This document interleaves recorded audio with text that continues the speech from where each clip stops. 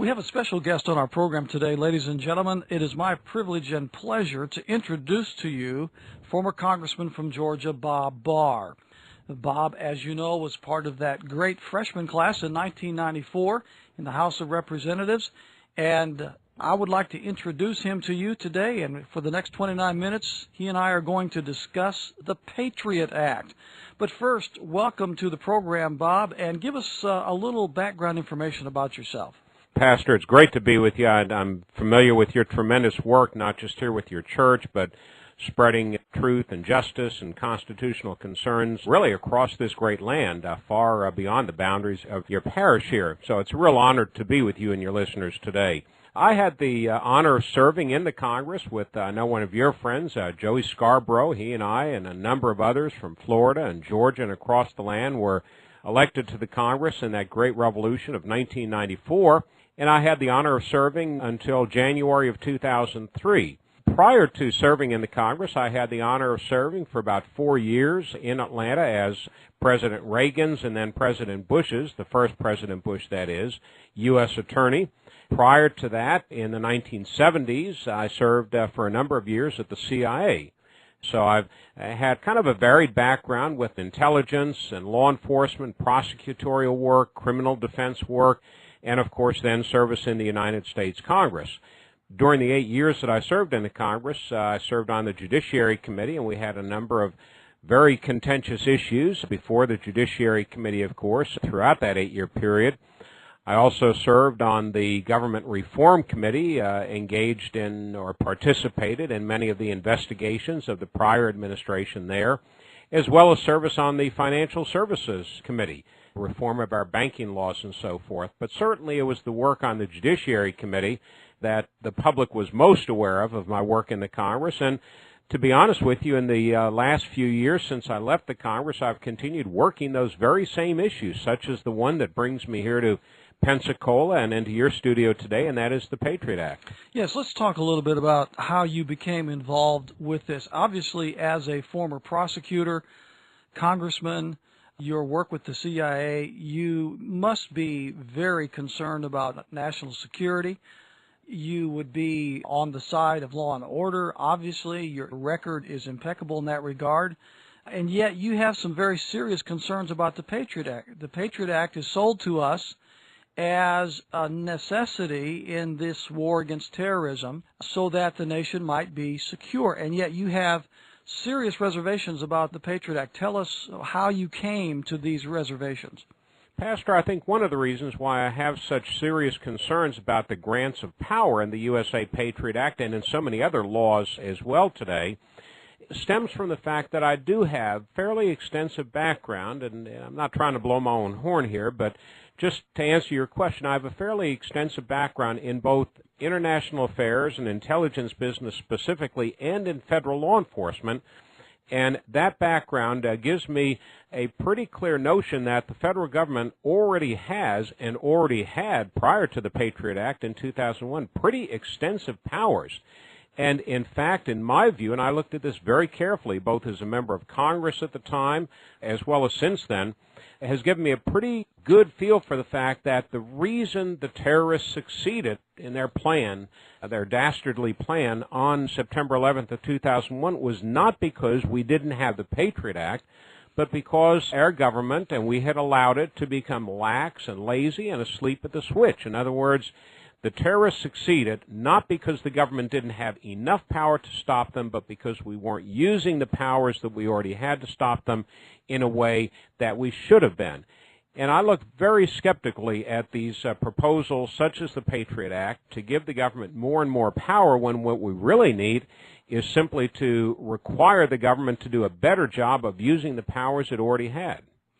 Now, you said something a little bit earlier that really piqued my interest. You said that after the events of 9/11 and the Patriot Act was rushed through the Congress, that as you looked at it, it wasn't anything new, that it was something that you had seen before. Would you explain that a little bit? Very good point. When the Patriot Act, even before it was called the Patriot Act, when it was sent up from the administration, the Bush administration, to the Congress in the days immediately following the attacks of 9/11, something struck me and many other members of the Judiciary Committee. Even though this Patriot Act was sent to the Congress by the administration with a request that we pass this immediately because it was needed to fight terrorism, and it was drafted specifically to meet the emergency that presented itself on 9/11, it struck us as odd because we had seen virtually all of these provisions, these proposals, before. The Clinton administration, for example, after the terrorist attack in Oklahoma City, the McVeigh bombing there, had sent us many of these very same proposals for expanded government power. Yet at that time, in 1996, we stopped the then administration, the Clinton administration, from these expanded powers because we believed that government did not need them. They were too expansive. And yet then a few years later, they resurfaced with the Bush administration. So to me, obviously, this was not a piece of legislation that was drafted specifically after 9/11. This was a set of proposals that government for many years had tried to get to increase its own power, and the occasion of the terrorist attacks of 9/11 was then used as the vehicle to get these powers that Congress, in fact, had expressly refused to grant the administration previously. Our nation is built upon some fundamental laws and principles articulated in the Declaration of Independence, codified in the Constitution and the Bill of Rights. As Americans, we have come to revere our Bill of Rights, especially those amendments that deal with personal liberty, such as the First Amendment, freedom of speech and religion and of the press; Second Amendment, freedom to keep and bear arms; Fourth Amendment, to be secure in our papers and effects and searches and seizures and all that kind of thing. How do you feel the Patriot Act relates to these bedrock principles? Does it violate these sacred principles that we read about in the Constitution and the Bill of Rights? Are you concerned that the federal government is accruing too much power into itself in violation of these sacred principles? I'm very concerned that some provisions of the Patriot Act, Pastor, go too far and do significantly infringe on our liberties given to us by our Creator and guaranteed us in the Constitution. That is my concern exactly. And I must say also that I voted for the Patriot Act at the time. I feel sort of like Patriot Act Anonymous here. My name is Bob Barr, and I voted for the Patriot Act. Not because I did not have serious concerns about it. I had serious concerns at the time, and those concerns have only been magnified since then. But on balance at the time, there were enough important and worthwhile non-controversial provisions in the Patriot Act that I voted for it on balance because I think it would have helped us and has helped us. The problem is, as you've alluded to, what the Patriot Act, and it's not just the Patriot Act, it's the whole notion of how our government operates. But as illustrated in the Patriot Act, the problem here is that it stands for the proposition, these provisions that are problematic in the Patriot Act, that is, stand for the proposition contrary to the Fourth Amendment, which guarantees us essentially the right to privacy, the right to be left alone in our persons, papers, and belongings, for example, unless the government has a good reason to invade that privacy and shows that reason to a judge. The Patriot Act throws all of that out the window and substitutes for it the proposition or the principle that the federal government, as long as it says it's fighting terrorism, can learn and gather whatever information, however private, about any of us without any suspicion whatsoever that we've done anything wrong. That's what the Patriot Act does. That's what it allows.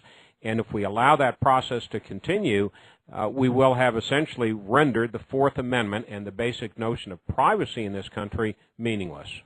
And I wonder how many of the American people really understand this, because we are constantly told by the proponents of the Patriot Act that it's harmless and benign as it relates to honest, God-fearing, law-abiding citizens. In other words, the idea is if you're not a terrorist, you don't have anything to worry about. How would you respond to that? First of all, you're right. The administration and the proponents or supporters of the Patriot Act say, well, these were just technical changes. They don't really infringe constitutional liberties. And trust us, by the way, we would never use it that way anyway. Well, all of that is absolutely false. These provisions in the Patriot Act that are of concern to us do infringe on constitutional liberties. When you give the government and say it's okay for the government to go to a secret court and obtain a court order that can then be used to go to a pawn shop where a person might have exercised their Second Amendment rights, or to an education institution, or to a business, or to a library, wherever it is, and gather the most sensitive private information on that person simply because the government told the judge, we want this information because we're conducting an anti-terrorism investigation, even though the government has no suspicion whatsoever that you've done anything wrong, then I don't see how a person who even has a passing familiarity with the Fourth Amendment can reach any conclusion other than the fact that this means the government can get information on us whenever it wants, on whoever it wants, for whatever reason it wants, and it can do it, by the way, in secret.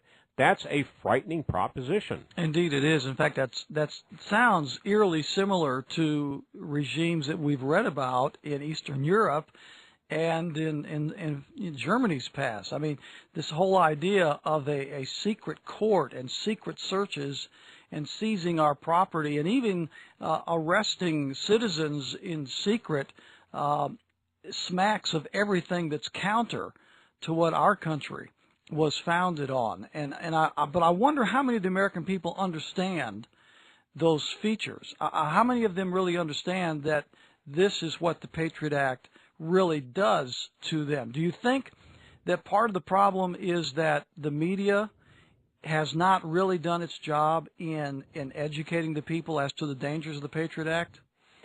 It's that, but that's really just sort of a small part of it. We, the people of this country, through our educational system, for example, have abrogated our responsibility as parents, as community leaders, in your position as a religious leader in the community.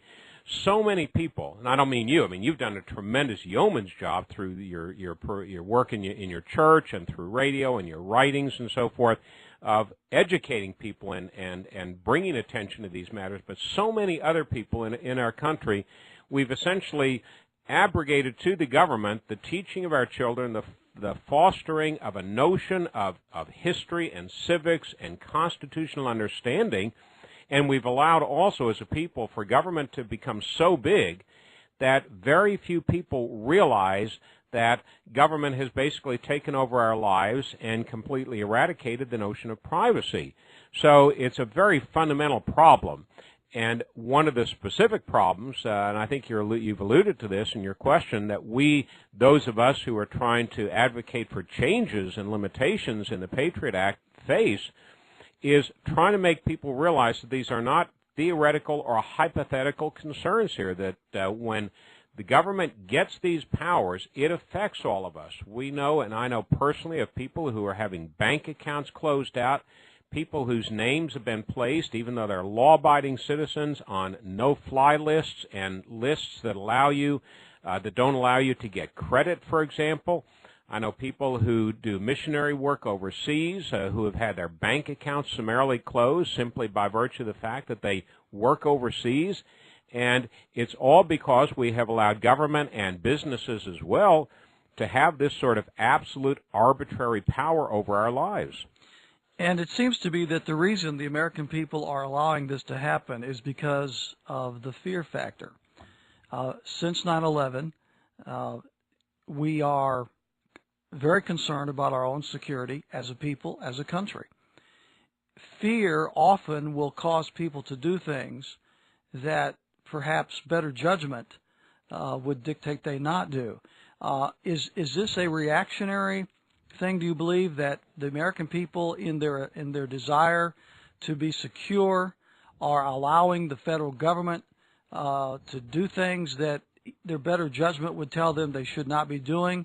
Do you think that we have an opportunity as a people to rebound from that? And at what point will we say, no, these are fundamental principles that we cannot abandon except to our own future destruction? How do you see it in terms of the reactionary mode that people seem to be in. It presents great difficulty in getting people to understand what they're giving up in return for what I think is a false sense of security. We see this happening in Great Britain as well, and we see it happening here. And I have great fear that if we have another significant terrorist attack here in this country, that all will be lost. That, as I think General Tommy Franks said on his retirement, or right around that time, if that happens, you can basically throw the Constitution of the United States out the window. It does present very, very serious challenges for us, and it's very unfortunate. Fear is not a basis on which sound public policy is made. I hate to see it for America, that we become a nation driven by fear. We're better than that. Yes. In the past, we met these challenges. We didn't let fear dictate everything that happened, and yet that's what's transpiring nowadays. And it isn't even just the federal government. People are allowing local and state governments to do the same sort of thing. The prevalence of surveillance cameras all over the place now by local county commissioners, as well as the federal government and the state government, is all driven by fear. And even though there certainly is a legitimate place in crime solving and law enforcement for surveillance information, the fact of the matter is that there's been not one instance where surveillance cameras have prevented either a crime or an act of terrorism. And yet we seem to be absolutely fixated on this notion that if our government can just gather enough information, surveil enough people, develop enough profiles on enough people, we'll be safe. And that's absolute nonsense. Well, and I think the bombing in London illustrates what you just said. I mean, England does not have the encumbrances of our form of government. They don't have a Bill of Rights. They don't have a Fourth Amendment. They can do things in terms of accruing power to the federal system a lot faster than can be done here. And they are far ahead of us in terms of surveillance cameras and security checkpoints and things that have historically been taboo in this country has been the modus operandi over in London and other parts of England. And yet, with all of that extra security and that trampling of what we would see individual liberty, it did not prevent the bombings that just recently took place in London. And yet the reaction of the British government is the same as the reaction here. Well, let's put more people in jail. Let's deport more people. Let's have more secret proceedings. Let's have more surveillance cameras. For example, in New York City, the sort of knee-jerk reaction is, well, let's start looking at people's purses and briefcases and bags before they get on the subway. We'll do every fifth person. Yeah, that's the ticket. We'll do that. Well, that's absolute nonsense. What we ought to be doing, in my opinion, for example, on our subways and other modes of public transportation, if we have evidence that there is a real threat there, what we ought to be doing is putting some money into technology that will, in fact, help prevent something from happening, and that is bomb detection equipment and sniffer dogs. These are not intrusive. They don't offend our constitutional principles. Looking for and detecting actual evidence of explosive devices. And then the other question is, you've already said that you fear, or quoting Tommy Franks, that if there is another 9/11 style attack, that our constitutional liberties would basically be eviscerated. If they're not already done so through the fulfillment of the Patriot Act. At some point, do we not, as a people, then recognize that we have become the nation that we are trying to resist? In other words, we're sending our troops to Iraq and Afghanistan to fight a regime of oppression. Will we not have become a regime of oppression in the name of security? I mean, do you understand what I'm trying to ask? I do, and then what comes to mind, a number of things come to mind, but there was an old comic strip, Pogo, Yeah. Probably before your time, No, Pastor. I remember, yeah. One of the sayings in that comic strip was that we have met the enemy, and the enemy is us. Mm-hmm. It's almost like living in the old Superman Bizarro world, where everything is the opposite of what it is in real life. Here we have President Bush and our other leaders saying we cannot let what these terrorists do affect our way of life, and we cannot be driven by fear, and we cannot give away our liberties because having those liberties is the very reason the terrorists are attacking us, for example. Whether that's true or not, we don't have to argue on this show right now, but at the same time as our government and our leaders are saying that, they're doing things and implementing policies and laws that have the precise effect of making us less free, of changing our way of life in direct response to what the terrorists are doing. And it's wrong, it's destructive of our way of life, and unless we stop it soon, we're going to wake up one day, and fairly soon, and find we have no liberty, no privacy left whatsoever. And that's why it's so important for your listeners to realize that there is something that can be done.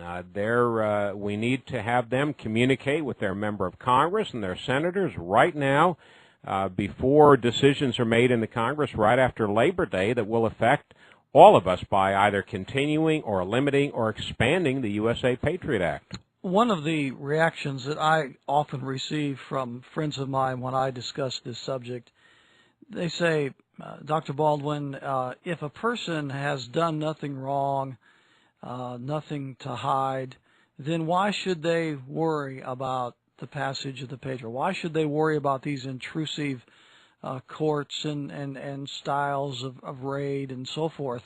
After all, if I've done nothing wrong, what do I have to fear? How would you respond to that?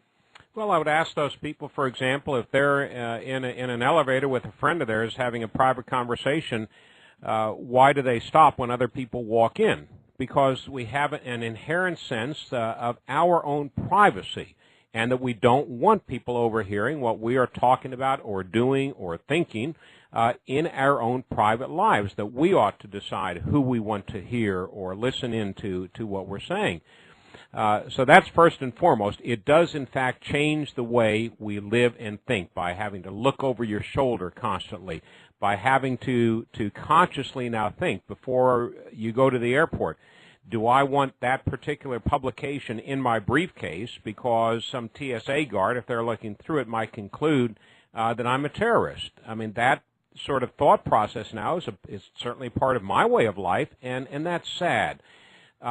More to the point, though, in response to your very good question, is the fact that what you and I might think and properly conclude is not evidence of a crime or any evidence of bad behavior might be misinterpreted by some government bureaucrat 2,000 miles away looking at that information. Plus the fact we all know that these government databases and watch lists are notoriously inaccurate.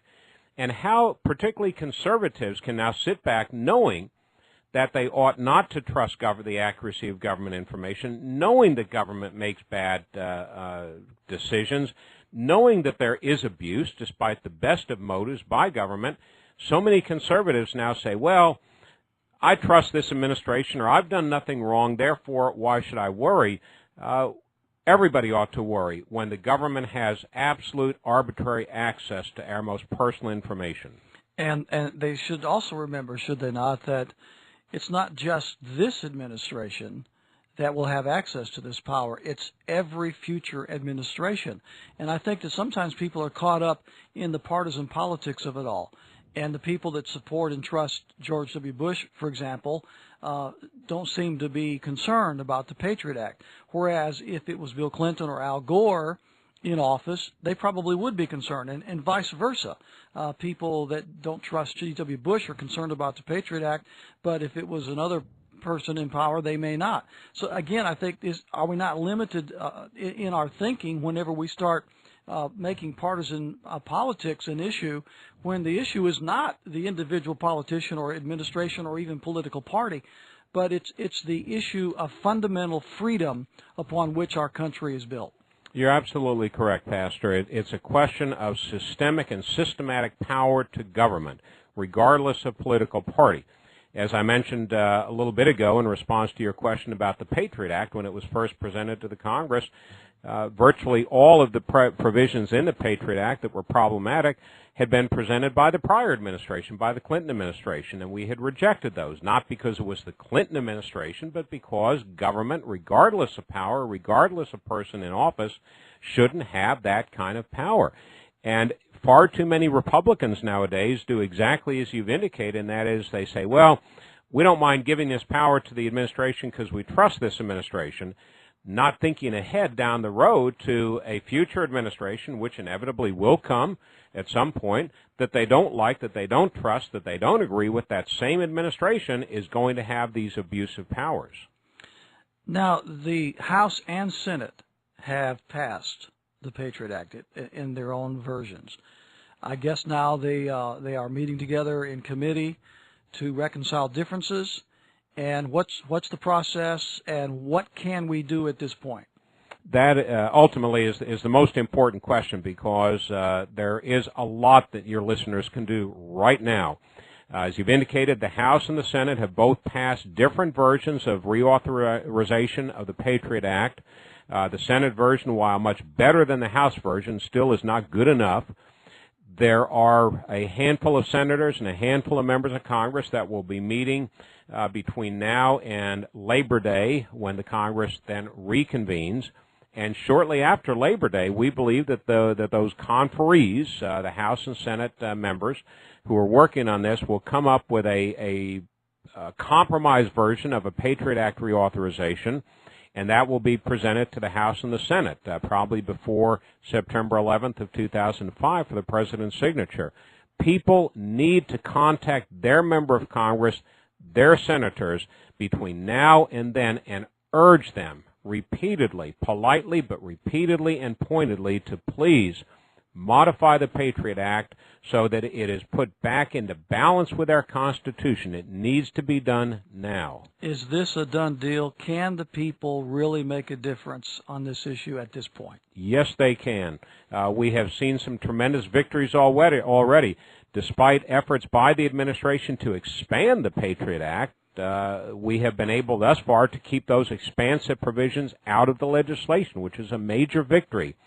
Also, the Senate version of the Patriot Act reauthorization does have some important limitations in it. Not enough, but some important limitations, and that is the direct result of the work of yourself and so many other individuals and organizations from across the political and ideological spectrum over the last couple of years. But we have to keep up the fight, and yes, we can make a difference right now. And you are continuing your part of this battle by, I assume, going to other locations around the country and warning people about the Patriot Act, encouraging them to be involved. I assume that this is what you're doing in the near future?